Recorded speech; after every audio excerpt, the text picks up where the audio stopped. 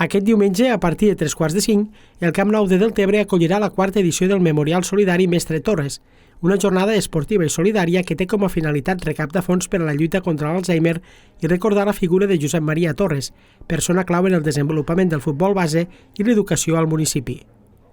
A les semifinals del torneig s'enfrontaran l'Amposta i la Cava per una banda i el Jesús Maria i el Camarles per l'altra.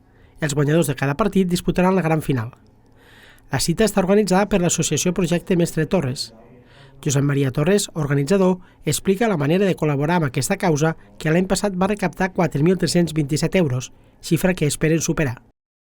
La gent pot col·laborar comprant l'entrada solidària, ben bé físicament a les instal·lacions esportives, o bé a la pàgina d'Instagram, projecte_mestre_torres, o bé contactant alguna de les fonts d'informació que tenim allà a la mateixa pàgina d'Instagram. Tot el que sigui sumar, la màxima quantitat de diners possible. La veritat és que, si no recordo malament, l'any passat vam vendre quasi bé 650 entrades. Esperem aquest any superar aquesta fita i, si no, qui fa el que pot no està obligat a més. Tota la recaptació s'entregarà a la Fundació Pasqual Maragall. El torneig ja ha aconseguit fins ara arribar a una xifra important en les 3 anteriors edicions, com explica Torres. Bé, nosaltres des que vam iniciar aquest projecte vam tenir clar que volíem col·laborar amb per nosaltres el que és la fundació pionera de les nostres terres a Catalunya, que és la Fundació Pasqual Maragall, i tots els diners destinats i recopilats van directament allí. Des que vam començar ningú ens creien que arribaríem a estar on hem arribat.